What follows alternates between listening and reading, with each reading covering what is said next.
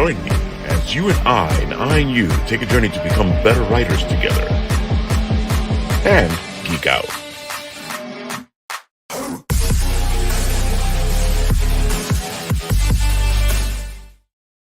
Well, hello there, Apple Bites. This is Written Writ Ralph talking to you here on the Written Writ Special Edition, and we're talking to our friend Christian Douglas from Punkdroid Overload.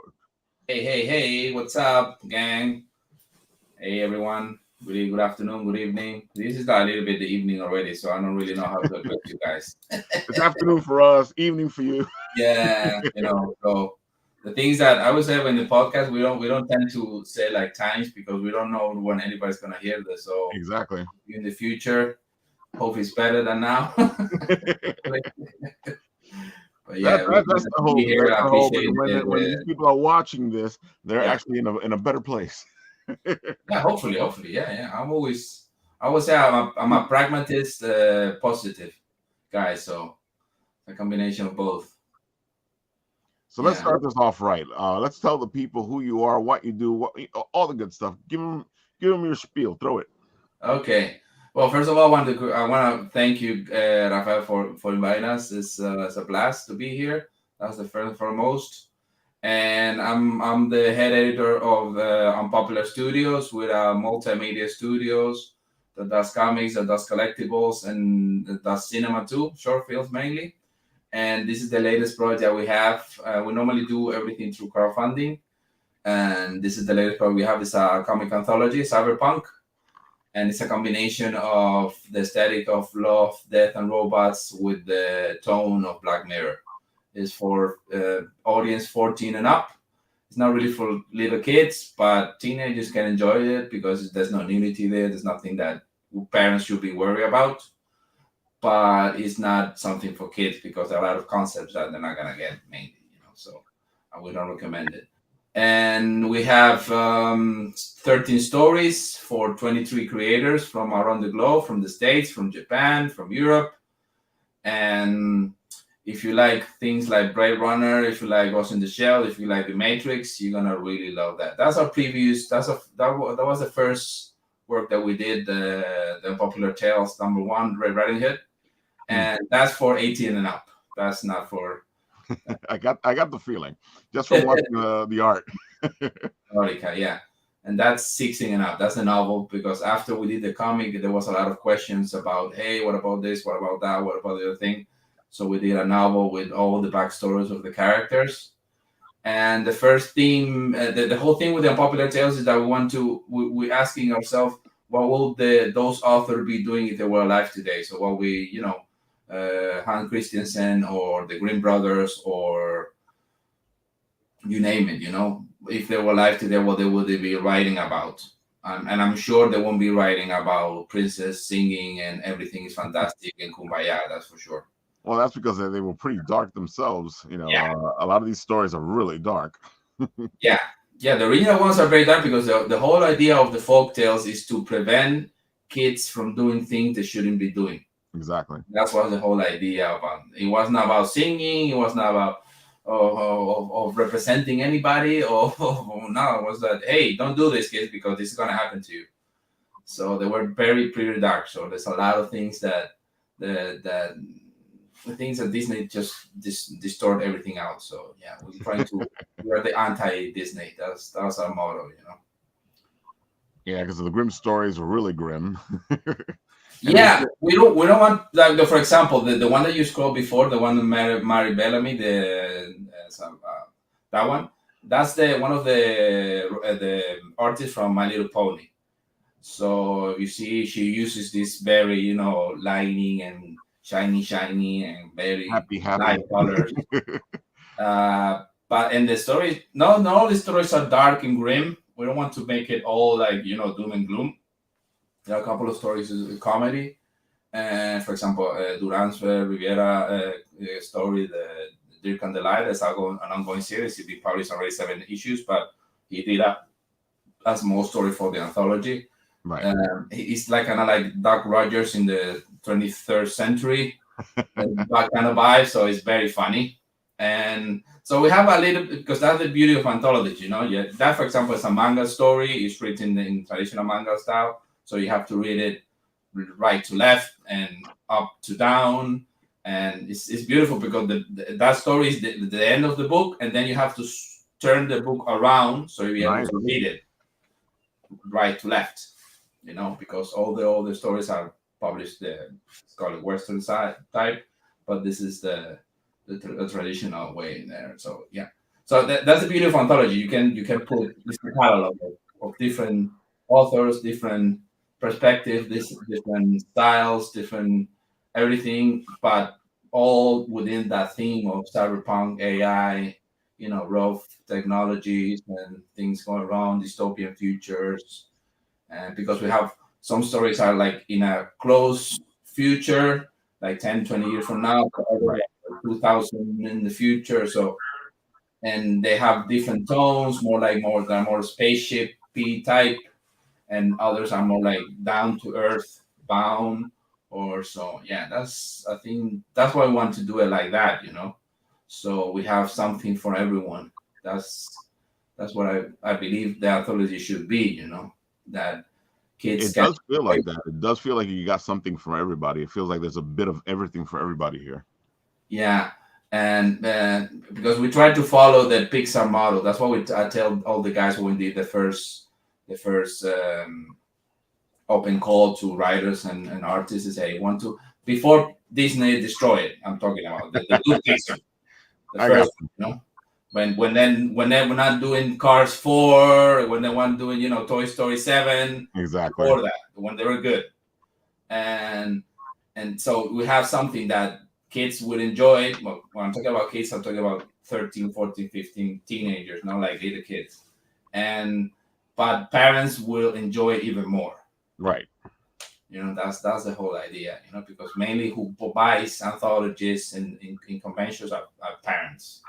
And they want, hey, this is safe. Can I do this with my kids? So yeah, you can for sure. If if it's not a little kid, that's not gonna, mainly because he's not gonna understand. He's gonna see the pictures and say, oh, okay, daddy, what is that? And then the dad's gonna have to explain, okay, this is about this, about that. And then it's gonna be okay. So he's not gonna really enjoy it, but there's nothing like no war, nothing, not too much explicit violence, and not like very dark themes. Just one story is a little bit, a little bit off, a little bit edgy, but you don't see anything anywhere. So. Oh, the art looks beautiful. I can tell these stories are the artwork and the colors look beautiful. Yeah.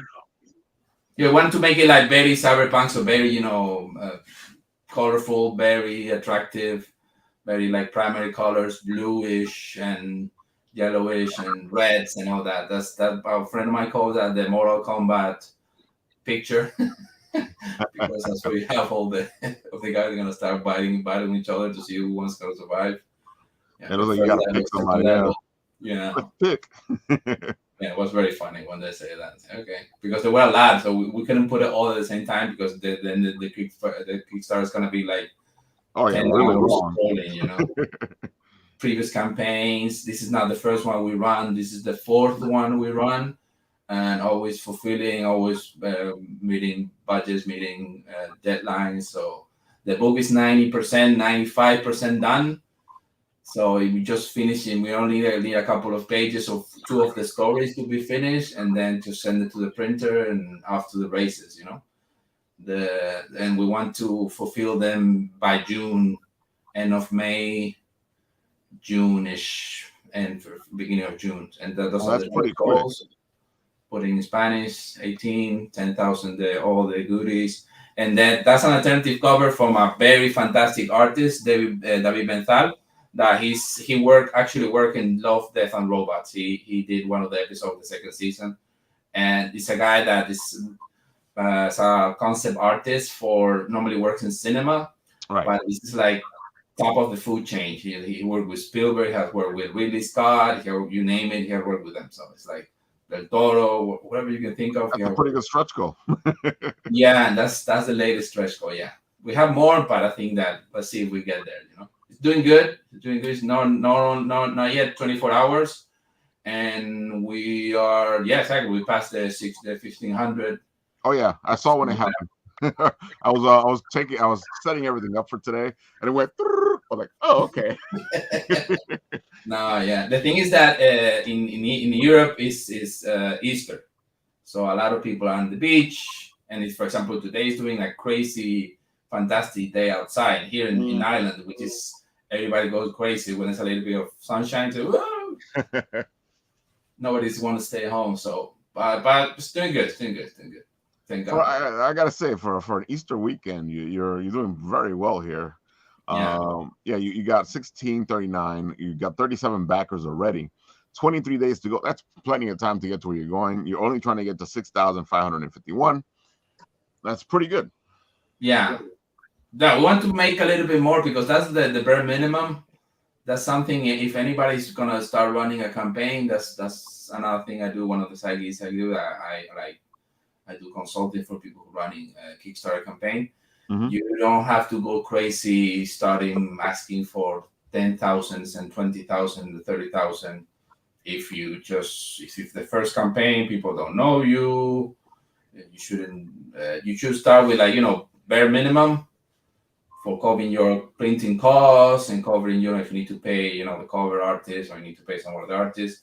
So the bare minimum, and then through the stretch goal is when you really start to recuperate the marketing money and all the things that you have to pay in advance, the taxes, and so yeah. So the real goal is 12,000. That's the real goal. I'm happy you explained all that because we say that here all the time that just because they're looking at a funding number doesn't mean that's when they can relax. Usually you want to try to get the person to at least twice the money so they can relax a little bit because then they have more money to play with. And like I say all the time, nobody's making any money off of Kickstarter. No, they're just trying to get there are people that are, but not us for sure. Oh no, this is the big people. Yeah, everybody else is just trying to get their book published. Yeah. Or trying to get the next They won't be on this show. Yeah. No, I remember I was talking yesterday with one of the girls. I don't know if you guys remember a couple of years ago, there was this very famous dark fantasy writer that came to Kickstarter and the page collapsed for 2-3 days. And I don't know the name of the guy, but it's very, very, very crazy famous. Like Stephen King puts a Kickstarter, something like that. Mm-hmm. And he Kickstarter looked like the Dow Jones, 100,000, 200,000, 300, 1 million, 1 million and a half. I just put on the background and I say, damn. Oh yeah. We've seen a couple of those where they get to 1 million, 2 million, 3 million. You're like, how the Yeah, I remember I was watching it and said, what is going on? Exactly. Is this an app? What is this? Yeah. Virus? Dude, it just amazes me, when you see those Kickstarters and everybody else starts to think, oh, everybody's making money off of Kickstarter. No, nobody's making money off of Kickstarter except for the rich guys. Some people that are, especially if you Except have, for Kickstarter. I feel like people are making money so they can publish their books, but nobody's making a profit. yeah, no. Normally, no. Indies, no. Yeah. Normally, this is for people who wants to start in this game. Kickstarter is a fantastic platform. I would say that's the best marketing tool there is out there because you have an excuse for bothering people for 2-3 weeks, a month, and selling it's like a pre-sale. It's a fantastic pre-sale. So you test the market, how much people are going to pay for it, how much people are really interested in it, like for reels. And then with that, you cover your costs. So you have more books. Normally, that's what everybody does. For example, if you sell 200 books or 500 books or whatever, then you print 1,000, and then those the double that you did, that is you didn't pay for those. The Kickstarter paid for those. That's the beauty. That's the good game. And then those 500s there's the one that you sell, and that's where you get the money. Yeah, that's where you go to conventions. That's where you go to signings, but that's the long game too, because then you have to go to the places, and the conventions are not for free and the tables are not for free, but you have a big part of your cost out of the gates. Exactly. And that's what everybody's trying to do with Kickstarter. They're trying to get rid of this part of the payment, this part of the thing. This way they can get to the cons, they can get the book into your hands, they can get, and that's why supporting the Kickstarter is so important, because this actually gives the creators a chance to actually do stuff, get the books into your hand, and get the book in other people's hands as well. Yeah, and compete also, because you have to bear in mind that we as creators, Rafael, that we don't have like a ton of cash on a bank account waiting for us to invest in stuff. Not So at all. way of giving us a little bit of capital so we can invest in materials, mainly like in books, in traveling costs, in paying taxes, paying artists, paying writers, paying cover things, paying printers, all the costs that are associated with doing a book. So because it's not just the actual printing, it's the people who are involved in the printing, and also the extras like the posters or the the, the bookmarks or whatever extra you're doing. That none of those people work for free. So That's and true. you want to be cool with everybody. Everybody needs to be happy that they got paid. Probably not a lot of money, but at least something, and then they feel satisfied with the work, and they have cheap books or that they can access to, because of course everybody, for example, everybody works in this book, they have a huge discount if they're gonna buy any books, obviously, and they're gonna get money on top of that on royalties. So it's a win-win for everybody. So you have material very cheap, and you're getting paid for it at the same time. So All good. yeah, exactly. And as And you that's what we mentioned, want. Yeah. this is not a thing for us making us millionaires. That's not for what a Kickstarter is. Then what we normally will make money out of is the collectibles and the extras. Exactly. For example, we do animation, 3D animation. We do collectibles like the characters of the stories. So that's where the extra come money. That's where really the money come from. It's like from the extras. Not from the thing itself. The thing itself is just an excuse for you to introduce the product in the market. So I know you say you do cinema too. So do you take some of these ideas from the comics and put them on? Okay, that's great, because I don't see too many people doing that. Yeah, no, that's why we don't release that many things throughout the year. We produce 2 or 3 things. Mm-hmm. That's about it, because we play the long game. I would say that one of the big issues the big ones have, and a lot of the small and mediums are copying, is they have what I call the spaghetti strategy. Right. You just like throw spaghetti through the wall and see which one they stick. But what you do is you flood the market, and then the store have 500 new reference a week, and they don't have space, and so everybody's yelling to get attention. No, this is why are you doing that? And no, if any small publisher or medium publisher shouldn't be publishing more than 1 book every 2-3 months. No, that's it. But the one that you do, you sell with love, with care. You take care of the people involved in the book. You take care of the stores involved in the book. You take care of the conventions where you go, and you do the extra work. You do the animation. You do the short film. You do the You do the collectible. You do the action figure. You do the video game. You do the extra thing, because that's what is where it's gonna generate the money, the capital. That, not the first step. The first step is, hey, we have this. People like it. Okay, so there's an interest. Okay, how many people like it? Which people like it? Because that's another thing. You need to do all the marketing stuff. Who is this addressed to? Who responds to it? Who buys it? Actually do it. Nothing you have in your head. Oh, I publish this for everybody. You're dead in the water. You know what you're talking about if you speak like that. So you need to be. We're talking about this in a podcast of another friend of mine yesterday. Is the relation of creation and marketing. What's the ratio? And I say that it's 80% marketing and 20% creation. Sorry to break it to you guys. Right. Like that. You can create the best piece of. People don't get to their hands on it. People don't read it. People don't pay attention to it. It's dead.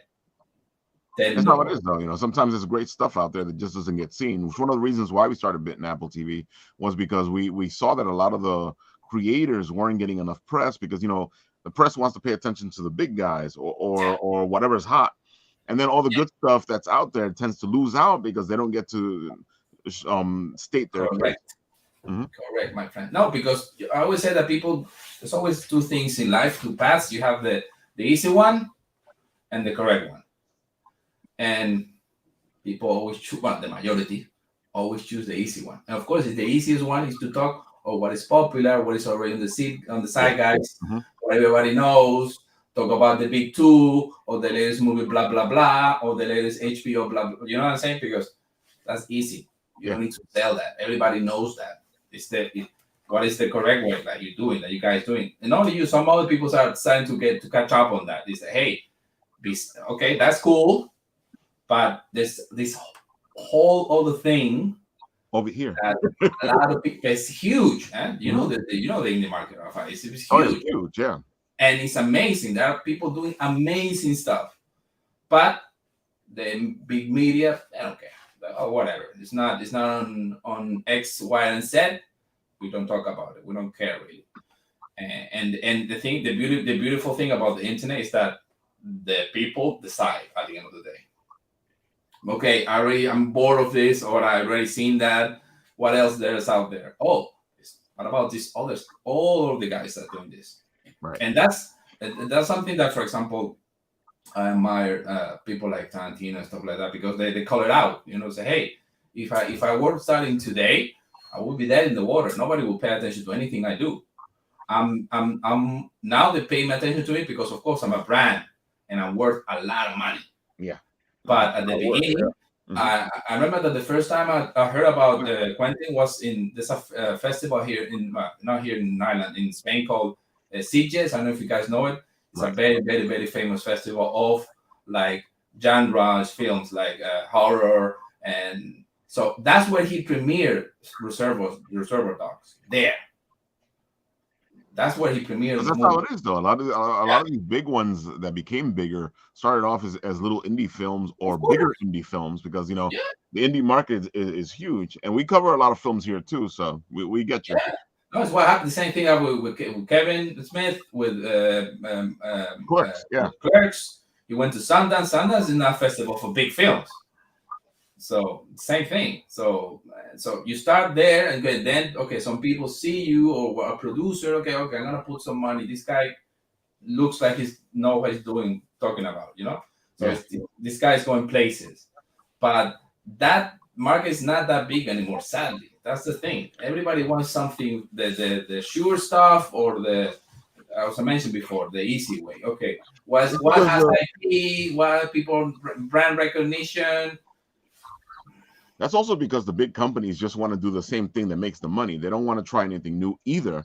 So they're making it harder for the little ones or the smaller ones to start something new, because the bigger companies don't want to do it. They don't want to do the risk. Yeah.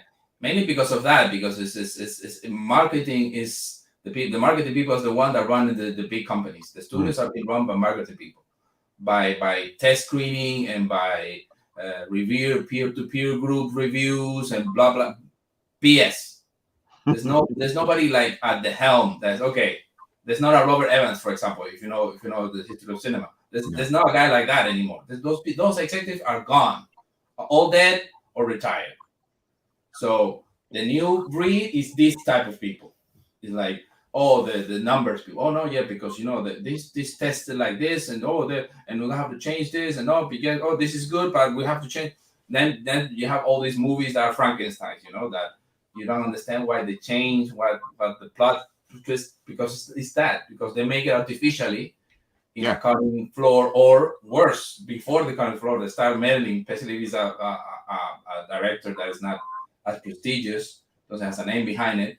That of course they're gonna go whatever they say, because he's just a worker, So. And it's funny because you're saying that too, and that's what's affecting the bigger movies now, because instead of doing whatever story they're going to do, they sit there and they try to piece it together for it to be a story that everybody wants to see, or a story that's going to do better because you put all the right elements into it. And I'm like, no, just do a good story. People come see. This is something that was clearly explained by Alan Moore, which is God in our Mhm. world. It says that if the audience knew what they want, they won't be the audience. They will be the artists. Exactly. So stop doing what everybody will want. And then You know, you see it in the fans too, because the fans will start saying, "Oh, this is what I want," and then the bigger companies will give them what they want, and then they go, "That's not what I wanted." that's it. No, You you see as that a with creator, Star you Wars. have free reign Hmm. to create. Then you can like it or not. Then it's gonna be more easy to sell or not, whatever. Okay, then we will deal with that afterwards, but not beforehand. Beforehand, let me be at peace. Let me create what I want to.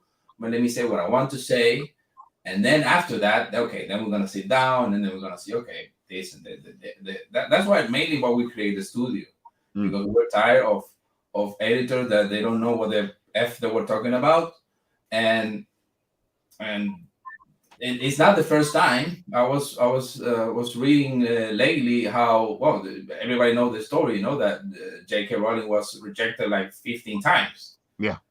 You know what I'm saying? So those books that sell a gazillion copies, like literally. No, this is not what the market wants. How do you know Yeah, but how the that's the market? funny thing though, because you put this stuff out there. A lot of people then people forget, because then they want to say J.K. Rowling's, oh, it just came out of nowhere. I'm like, no, she put that out there a bunch of times before somebody said yes. No, I was reading that the first run that she did for the first book was 500 copies. Mm. So we print more than her the first time, the first edition, because of course there was a small publisher that they didn't want to, they didn't want to go crazy spending money. And okay, let's try this, and we're gonna sell it. They didn't sell to the public; they sell to bookstores, and they see if they are able to convince or and the things that, of course, people read it. Some people start reading. Okay, this is good, and then word to mouth, Right. and then explosion. Well, I'm glad you bring that up too, because it's the other concept of, well, why we do the Kickstarters and why sharing is so important. Because it brings whatever Kickstarter it is, or whatever it is, anything, everything, it brings it to an audience that didn't know it was there before. And I know a lot of people go, "Well, I don't have any money to support this." I'm like, "Yeah, but just share it. Share it. Exactly. It helps so much when people share these things." Yeah, free press. Yeah, That's, and, that's how yeah, it gets into somebody's hands that wouldn't have never have seen it unless they saw it from you. right. And also you're vouching for it, because if you share it because you liked it, you're not gonna share something you didn't like. Exactly. And that's how a lot of people buy the things nowadays, is because Rafael told me, or my friend that I trust told me, oh, this is good. Oh, okay, then I'm gonna pay really attention to what my friend told me is good, because I trust my friend. You know what I'm saying? It's not like some phony told me in a blog or whatever. Right. It's not. I know Rafael. I don't know the guy in the blog, but I know him. So I know what he likes, and I know he likes some things I like too. So okay, I'm gonna pay close attention to this. As you mentioned, even if you don't pledge, Yeah. you pledge, even better. But if you don't pledge, hey guys, I saw this and it's pretty cool. Why don't you check it out?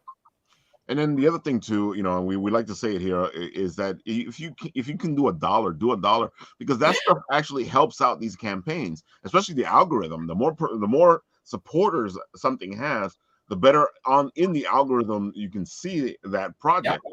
So if Yeah. you can do $1, do $1. It sounds silly, but no, it helps a lot. Yeah, no, we know that some economies are complicated right now, but all the time. But hey, as you mentioned, sharing is for free. Mhm. Yeah, and you do more. Sometimes you do more, especially if you have a large audience and people listen to you. You do more good than just spending. We have the cheapest pledge we have is $5.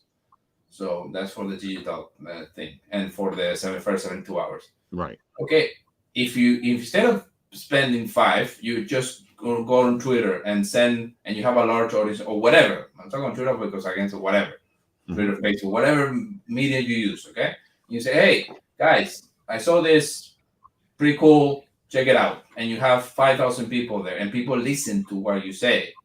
That's huge. It is. It's big. Because a lot of those people, or as I mentioned before, oh, my friend that I trust told me to check this out, so I'm gonna go and check it out. because there's a name marketing for that. Say they're like a trusted source or something like that. That's the most valuable thing. That's what a lot of the big brands now do. All this influencer stuff. Yep. Because people believe in those influencers. They know how they are. They like them. They look like them. They talk the thing that people want them to talk about. So if they say, "Hey, audience, take a look at this," they're gonna take the time and look at it. Yeah, definitely. Sure. Okay. Yeah, that's how it is these days, especially because you start to trust these people, and you trust one of their opinions, you do their opinion. Next thing you know, okay, he was good with this one, so I'm going to keep listening to him. Yeah, for sure. And normally they tend to have their niche. So hey, I only talk about video games. Okay, so I know that there's a video out there that I like. This guy says good. Okay, I'm gonna give it a try. Because that's his jam, or he has about comics or about whatever. Right. Of course, I'm gonna pay attention to this person because that's his job, quote unquote. So of course, and the beautiful thing about internet is that you have like expert for every topic you can ever think. Definitely, yeah. Whatever you want to know about, you'll find. Especially, that's what YouTube was for a long time. Was like you needed to know something, you just plug it in on YouTube and you'd find a video. Yeah. I remember I read a book that YouTube is the TV of the 21st century. Yeah, pretty much. Totally believe it. I think so. No, every time I eat a meal, it's in front of YouTube. Like, no more TV. It's YouTube. So. Yeah, because especially when you're stuck in something, because I do animation. So okay, I have an issue with X, no, I don't know, render or whatever. Okay, let me. And there's a guy that have the same issue, and he put up a video. Say, oh, you do this like doing this, and that. Oh, okay, that's it. So that saves you hours of going to articles and reading things. And this guy have the same issue that I had, and he has an explanation and solution on a video that I can just follow along. Fantastic. Definitely. If you have YouTube, you know how to cook. yeah, for sure. I'm saying if you have YouTube, you know how to cook. And now TikTok is substituting. It's watch the videos, do everything they do. Younger kids, for like below 16 or below 16, teenagers. That's the YouTube for them. Yeah, that's where they learn how to cook. That's how they learn how to dress. That's how they learn how to behave. So you need to go where your audience is. So if you're selling something for kids of below 16, that's where you have to go. Yeah, we try to be everywhere. I use TikTok more like a place so I can do promos. No, we go everywhere. We have TikTok, we have LinkedIn, we have YouTube, we have, of course, the Facebook, Instagram, and Twitter. We have everything. But it's true that you need to know which platform is for which thing. Exactly. And which is the main audience of that platform, and what people go to that platform to look for, Exactly. So yeah. Let's see if this video will play so we can get a little more of an idea what's going on. Let's try this. Oh yeah, I've tried it. Yeah. Thank you, man. You have selected file 55,534-1, Punkdroid.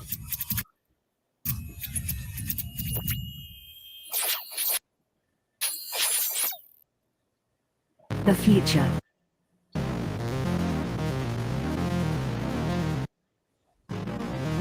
The final frontier.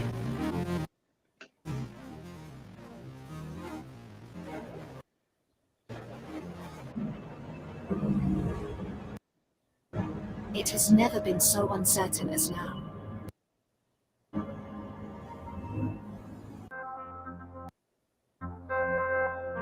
AI, VR, haptic wear, nanotechnology, mass destruction with a remote click.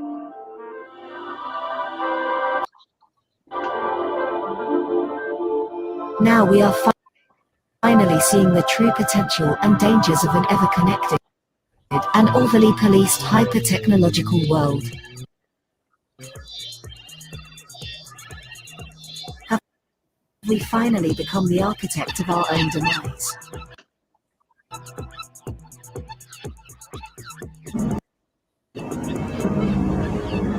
Is there still hope?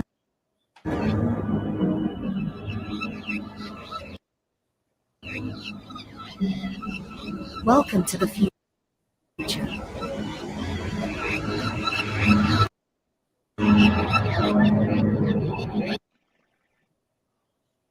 Welcome to Punkdroid.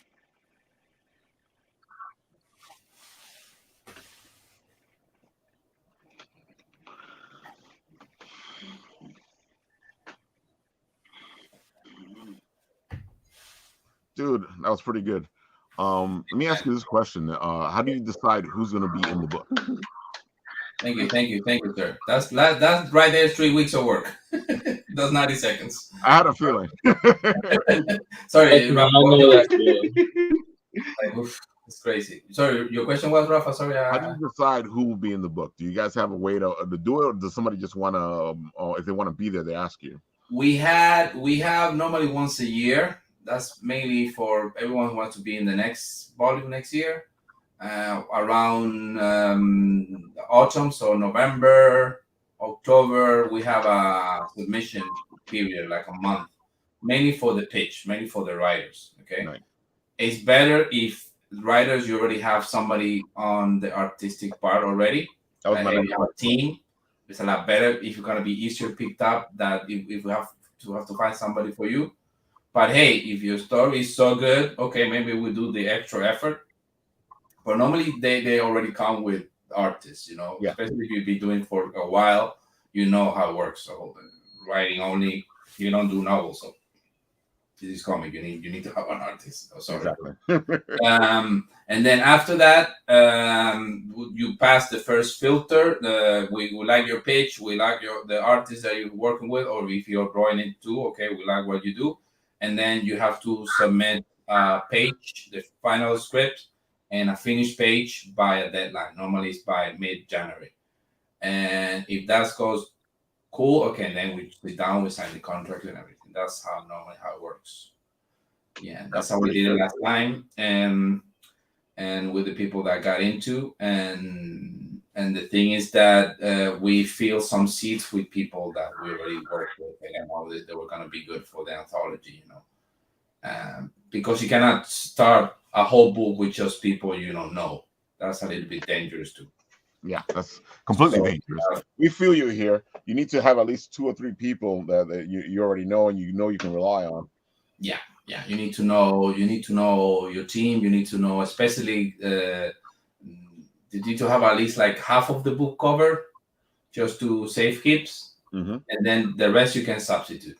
You can always, especially when you have cred, it's easier, and then people know that you pay well, that you pay on time, that you are serious what you do, that the book is going to be published, that you do it in several languages, that you in several countries, etc., etc. Yeah, we've seen that here. You don't have lack of offers, Yeah, we've seen that here a couple times where it's easier for people to like understand. Well, the book is almost done, or the book is already done. We just need the money to get it into your hands. Yeah, and that's the second part. Once you're in, and before we sign the contract, we tell you, hey, the model is crowdfunding. If you're not cool with it, if you don't like to promote, if you believe marketing is something that only the publishers should do, then thank you, but we're not interested. Why do some people believe that though? Because it's their project. Wouldn't they want to? Because I've seen this a couple of times. It's funny that you bring this up. I've seen it a couple of times with a couple of my friends' projects, where you get some artist or some writer come in, and they don't do anything to publicize the fact that they're doing this. No, I think that they still live in the past. They all think they're Jim Lee, or they think they're the best, the last people that can draw on the planet. So okay. And marketing is like a bad word, or promotion is like a bad word, and why should I do that? I'm an artist and I shouldn't go down to the mud. That's what you do. You do that. I did the work. I did the complicated stuff. I'm making you a favor by giving you the opportunity to share my work to the planet because I'm so good. What are you talking about? So, because these are people, I call them, they are smoking their own egos, Right. So this is people that they have an acolyte of friends, so they have their group of people that adulate them and they believe and they have followers. And I would say that I'm not interested in followers. I'm interested in clients. Sorry, I run a business. Followers are fantastic, but I want people to pay for the things, you know. So they have this, and they have this ginormous ego. And and that's one. Number two, they don't need that for living. So they still live with their moms or their girlfriends pay for their, or their wife or whatever. So they have a deal. So this is not like the main thing. So they have the luxury of thinking like that. But if you are a professional, if you want to live out of this, that's need to be out. You need to promote the thing, because you see it on rich, famous people who do it all the time. Yeah. So who are you to believe you are better than them? And they have huge marketing monsters behind them. You think Tom Cruise need any promotion whatsoever? That's so funny. Tom Cruise is the first person I was thinking of, because he goes out there. He sells it. He talks to everybody. I remember when I met him, because I met him in Madrid, I was flabbergasted. Him and Keanu Reeves, those two people are the thing that has impacted me the most, because those people stay out in the cold, delay the premiere because, hey, no, we have to deal with these people out here. I'm gonna deal with all of them. I'm gonna take pictures with all of them. I'm gonna sign everything they bought, and until this is not done, we're not gonna go with the movie. I don't care. Oh, there's 300 people inside. Right. I don't Are we care. back? There we go. I'm back. So it's like, okay, so is this guy in that position is doing that? I should learn from this guy, because he got there by doing this, by paying attention to the people who spend their money, who are outside in the cold waiting for them, because those are their clients. Okay. Yeah. So why you not gonna promote, and especially like on social media, dude? You don't have to go anywhere. You don't have to. You just got to put it out there. That's it. Hey guys, by the way, I did this. I love it. It was pretty cool. Check it out. Don't even have to do as a hard sell. Just name. Because it goes back to what we were saying with the sharing. That's it. And you are the first one, because if that does good, you're gonna make more money, and you're gonna be under a prestigious book, and blah blah blah, and people are gonna see it, etc. etc. So why not? You're not gonna play ball. I know that part to this day is still, I don't understand. It's not, because it doesn't make sense from a logical point of view. No, it doesn't. That's why I never understood that. I never understood why they would decide, oh, I already did my part. I'm like, yeah, but this is your project. You want it to succeed. The more you succeed, the better it is for you. Yeah, I understand it when you are like there. I understand it. Hey, I remember I saw an interview with Bruce Willis was talking about this. I understand that when you've been doing it for 30 years, and you have a house in Malibu and a house in, you know what I'm saying? Okay, yeah. I kind of get it there, that you don't want to do 2 days of press. People asking you the same question 300 times. Okay, there, I kind of get it. But you that nobody knows you, that maybe you saw a couple of books. What are you talking about? What are you talking about? Okay? Check your ego, dude. Check your ego. Check your reality. And those are the same people. Oh, I don't have work. Oh, yeah. People don't call me. Yeah, you're right. Oh, I've seen mystery. What would it be? I don't know. Yeah, that's it's a lot of work. It's like, dude, I've never seen an actor make a movie and then go, okay, I'm not doing any publicity. I'm leaving. Excuse me. What? It's crazy. No, and that's that thing that they. Edward Norton Norton does that. Ed Norton. The work, the actual thing is just the beginning. Yeah, that's all it is. Yeah. And you want to be I think you want to be successful, right? You want that the thing does good, right? Yes, because that's your name on the thing. Exactly. And it's funny because the more stuff doesn't do good, the more your name gets dragged through the mud. So you're like, okay. No, and only that. Another thing, I'm gonna break this to a lot of people. Publishers, we talk among each other. So we know people who don't want to work, who don't want to promote. So those people are not getting more jobs because I have this rule in business: one strike, you're out. One, that's it. I'm not gonna work with you ever again, even if you're a good friend. I love you. No, sorry. So, and we talk among each other. Say, hey, this guy problematic. Doesn't like to promote. Yeah. And I've heard a couple of my publisher friends say the same thing. It's like, he doesn't do well. It's hard to work with. Yeah, yeah, and that's the thing. That's what I refer when somebody's harmful is that not that he doesn't deliver on time, because that's like the first no, and this one is after it's done he doesn't promote, or he looks like, oh, why are you there, bother me with that low thing? Excuse me, what? What? Yeah, remember, what? Okay, you go to the list. Oh, no worries, no, don't need to promote, dude. You go to the list. That's it. Yeah, and then you're put in the bottom of the list, and if they No, happen no, to work it's, with no, you, it's on the list of people I'm not going to work with anymore in my life. Because that's even worse. 'Cause yeah, of course, no, I because know some people that go, there's I like a have to work zillion with people them. out there I'll doing work with things. them. There's like a zillion people there, hundreds of millions of people drawing and coloring. Why am I going to waste time with you? Who are you? Or you tell me, okay, you are okay, John Romita or something. Okay, and I'm the one that shut up. Listen to the guy, but you, what are you talking about? No. So check your egos, dude. For real. I also feel like if you guys are taking on a project, take on the project, and make sure that you take on the project in good faith, meaning that if you know you're not going to be able to do it, don't take it on. That's it. And we're gonna be friends forever. Yeah. Because I didn't put this one out a secret. I told you, hey, from the beginning, from day one, hey, this is crowdfunding base. We need to promote it. Everybody needs to work together. You in? Yes, I'm in. No, I'm not. Okay, that's it. He said, oh, not okay. Thank you, dude. No worries. Especially Maybe with a next time. project like yours, it's a group project. Exactly. Yeah. So you're You gonna have do well. people who are willing to promote, and you're not, because you are what exactly? Who are you exactly? Oh, because you have 2,000 followers. Where who cares? Oh, because you know X and Y. Who cares? Are they gonna buy books? No, then I don't care about them. Makes sense to me.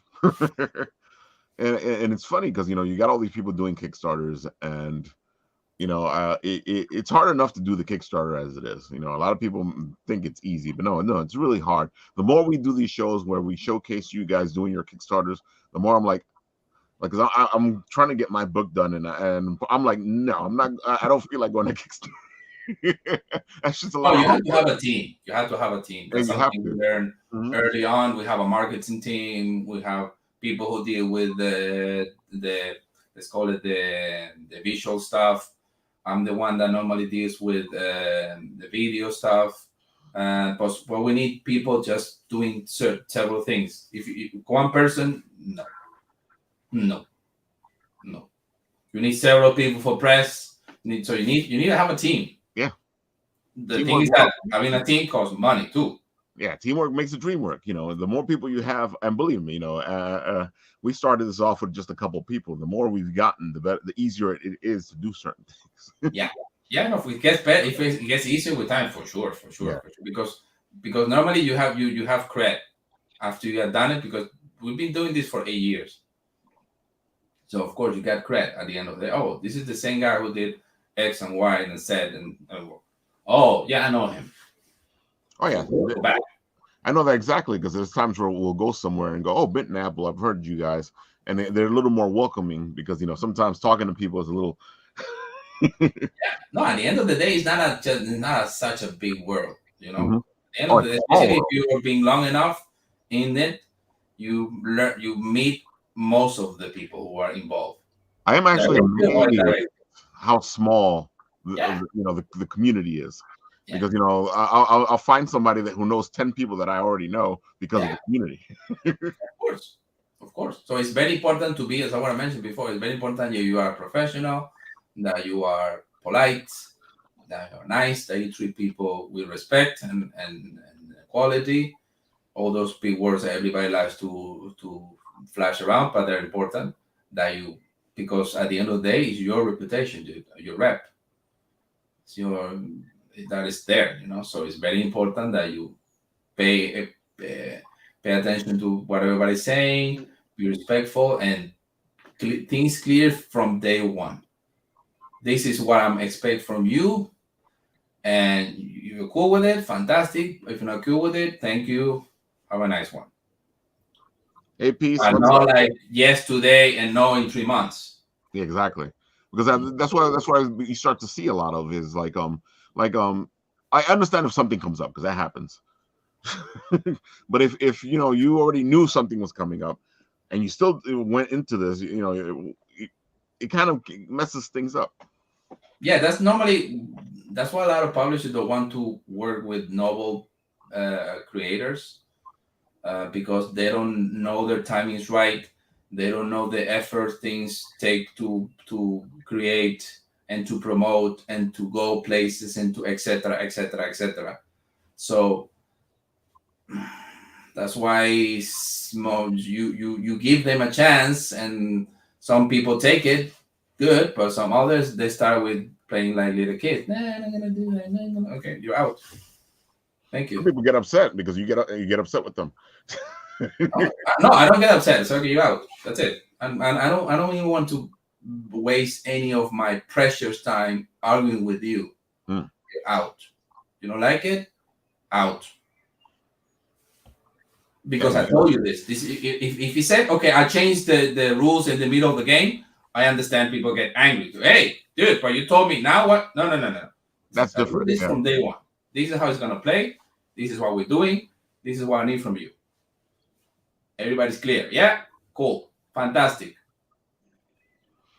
Peace agrees with you. Peace is like, you tell him. Yeah, it's like that. It's because at the end of the day, especially if you want to be professional about it, you want to have a business, you need to run it like a business. And that's what it is. It's all a business. I feel like sometimes people look at this and go, well, this is a couple of friends doing something. Yeah, but if you want it to succeed, you need to deal at it as it is a business. It's called show business for a reason. Okay? You have the show and you have the business. And a lot of people just care about the first part. And both are very important, especially if you want to survive. You want to keep doing it, if you want to last, because that's the key part. The key part is not, as I mentioned before, not so good you are, what fantastic writer you are, fantastic artist you are, what a fantastic whatever you are. Are you going to be professional about it? Are you going to behave? Are you gonna hit the targets, hit the goals, hit the deadlines? Are you gonna do what they told you to do? Exactly. That's the key. Not because talent is overrated, way overrated. Because I know a lot of people with a lot more talent than me that like Icarus, they float way too close to the sun, disappear in a year, 2 years, 3 years, disappear because they were gonna reinvent the business. Okay, good luck, dude. Everybody thinks that only the people that understand the business itself and understand that the way to make a difference in the business is to work the business the way they need to work the business. Yeah, you have to know the market. You have to know who buys from you. You have to know the ecosystem. You have to know, especially in our business, the store, the conventions, the digital market. You need to know all those things. Those take time. You can have the greatest idea about a story about fantastic, dude. Okay, but as I mentioned before, that's like the first thing. Even if you finish it up, that's just the first thing. Then who we're gonna sell this to? Where we're gonna promote it? Where we're gonna market it to whom? Except all that part that a lot of people don't like, boring, etc., whatever, is key. Okay, because that's how you guarantee that at least the people who invest on you, who put the money on you, don't lose their money. Because that's like the first rule of investing. You know, the Warren Buffett, the most famous investor of all time. There are 2 rules for investing. Rule number 1, never lose money. Rule number 2, never forget rule number 1. It's an important rule. And Very it important rule. happens a lot. You Yeah. do business and then you lose money because it's part Yeah, of the business. exactly. And you can lose money because things happen. Yeah. Okay, people didn't like or whatever, but you lose money because somebody doesn't want to promote, or somebody didn't put on time, or somebody didn't hit the deadline. No, because that's preventable. All that. So no, because as I mentioned before, there are a gazillion people out there, and now with AI, they're gonna be 10 times more. Which 10 is times more. everybody's worried They know about how to now. draw, Yeah. they're gonna be able to present projects complete. How are you gonna compete with that? Yeah, now it's a little easier to present something that you're working on, especially as a writer, because before you needed to hire an artist. Now you can give an idea using the AI stuff. The whole thing. It may not be a finished product, but it can showcase. Nowadays, if you know a little bit of photoshopping and retouching stuff like that, you can do That's the whole thing. The whole thing. So how are you gonna compete with that, dude? All right, so I see we're at the top of the hour here. Let's give everybody a presentation again. Let them know all the stuff they need to know in order to support you with this book. Very easy. It's punkdroid.eu. You have it there. Punkdroid.eu. Very easy. punkdroid.eu.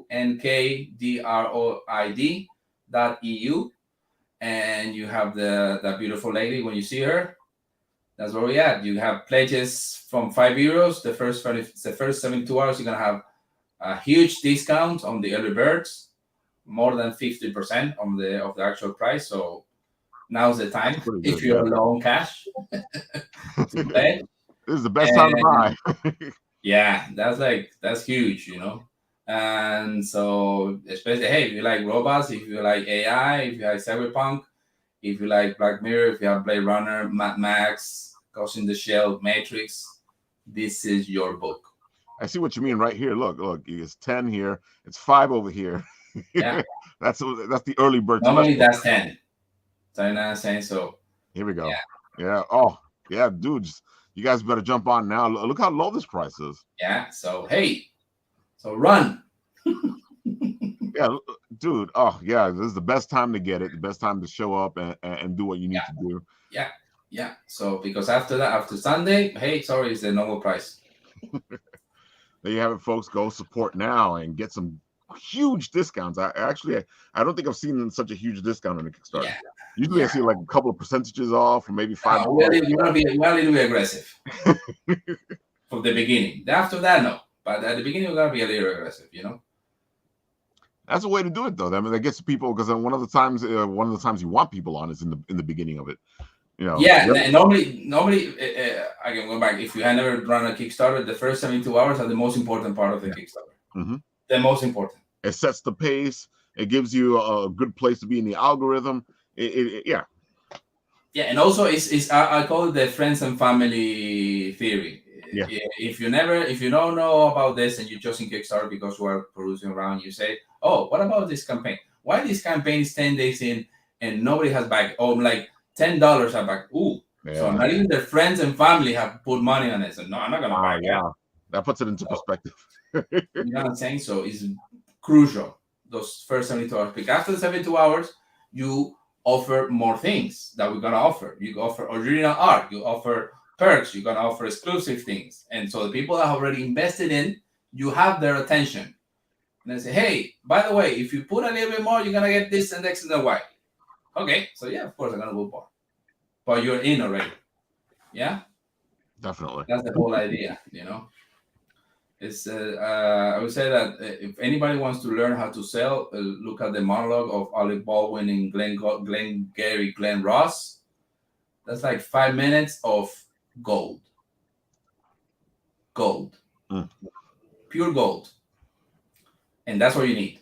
You need to be able to sell anything to anybody, especially if something you created, because that skill is priceless, man. Priceless. It definitely is. So that's it. Thank you, Rafael, again. Been a pleasure. Anytime, bro. Anytime you want to come on and For- geek out. I think it was a great conversation on Kickstarter itself and just the business aspect. Yeah. Of things. Yeah. Yeah, that's something I also do. I do some consulting, do for campaigns, stuff like that. So I like to people to share a little bit of wisdom for free, for So, sure. You know? all right, let's say they want to find you and all your various places. Where can they find you? The easiest way they can find me is through the website. It's Pop Studio, UNPOP Studio, STUDIO, popstudio.com. Right. They can find me there. You have all the social media there. You have the email there. So that's easy with the website. And you have me on Facebook too. I'm Popular Studio. I'm also Christian Douglas. If you want to like add me or whatever. But the easiest way, and the one going to be more responsive, is the website, because just drop me a line. It's also the submission page is there too on the website. So you have all the information you need there. Dude. That's what we're putting on. If you want to do something, you can go talk to Christian, and either he can help you out with the Kickstarter. You can become part of one of the project here, Punkdroid. Yeah, it looks really good. Thank you, man. Thank you. I appreciate it. It's been almost a year and a half of work. So that's a lot of work. yeah, a lot of people involved, a lot of money invested in. So yeah, finger crossed. I think you're gonna do good. I saw the art. I saw the stories. They look fantastic. I think you're gonna go in the right direction. You already got a good start. Come on, folks. Let's keep helping them out. Like I said, we got to double their money, because that's when you get the good stuff. Then you start putting it all back into it, and then you get the really good stuff. That's why we can sleep at night. Exactly. Before that, we're not very good. We're not sleeping good. Yeah, the first one is trying to get it funded. The second one is all right. Can we get enough money? Yeah, exactly. Can we break even for reals? Okay, good. Okay. Now we're good. Okay, let's do the next one. Yeah. All right, Mr. Tony, Mr. Nat. Well, what do you got?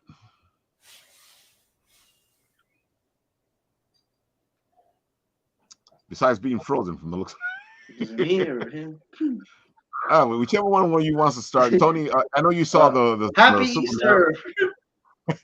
I know you saw the Super Mario Brother movies, and you did a write up on it. So go ahead, say a little something on it. Yeah. My audio was in and out. I don't know what's gonna get in and out, but I liked it. It was good. Go see it. Dungeons and Dragons is good too. So if you're not mad at Wizards of the Coast, go see it. If you are, it's okay. Don't see it. See Mario instead. So, both good. So happy Easter, and that's it. I gotta agree. D&D was a great movie, and I'm probably gonna go see Super Mario sometime this weekend. Dudes, it's some fun movies out there. Go check them out.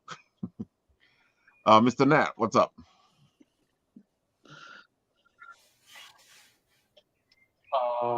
Vote for Chainsaw Man tomorrow.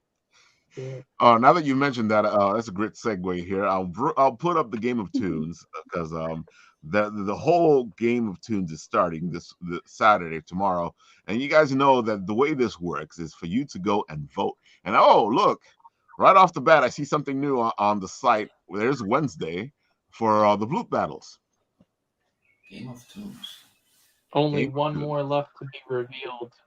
Let's see. So we got the Bloop Battles. You got all these beautiful little bloops ready to be picked as your favorite, and then you vote for them to make them win, because what the end result is, you get a beautiful pin, especially if you state who you're going to pick first. You might win the pin that you decide wins. So that's another incentive for you to go support these beautiful little pins and pick your favorite, because I already have my favorite, and I'm going to go make sure that my favorite tries to win here. So folks, go do your thing. Go check it out. Go check out Game of Tunes on Instagram, and be a part of the Bloop Battles, because the Bloop Battles are going to be fantastic. No, just vote for Chainsaw Man. That's all that matters. Just vote for Chainsaw Man. I see which one's your favorite already. It's Chainsaw Man. Just vote for Denji. I'll even put the link in the chat on the side, so you guys can go check out Game of Tunes and start voting for who you want to vote for. Tomorrow, I think the game starts off. I think they have one more to showcase today. Hey, we love the Bloop battles here, and we always have a lot of fun with them. So go to Instagram and let's have some fun, because I know I'm about to go and start campaigning for my guy. Yeah, I also recommend the Mario Bros movie. Pretty cool. I just watched it. See, he saw it too. He liked it. So we got 2 people here that saw it and liked it. That's pretty good. That's pretty decent. It's a me, Mario. It doesn't need our help. It doesn't need our help, man.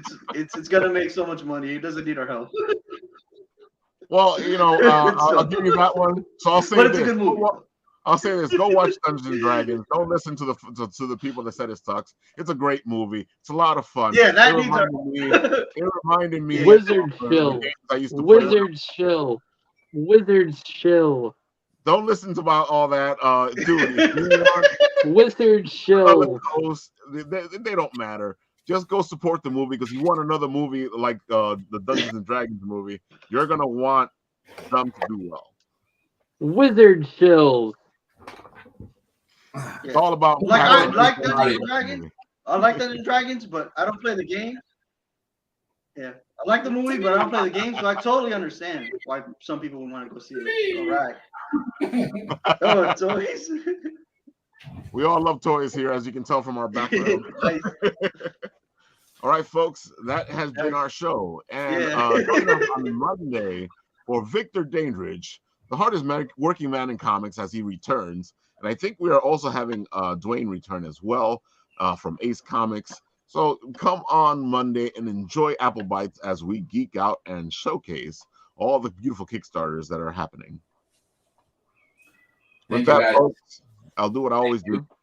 Oh, Christian, go right ahead. Say something. Thank you, guys. Thank you for everything. Okay, being a pleasure. Thank you. Good. It was a pleasure having you on. With that, I'll press the button, and where is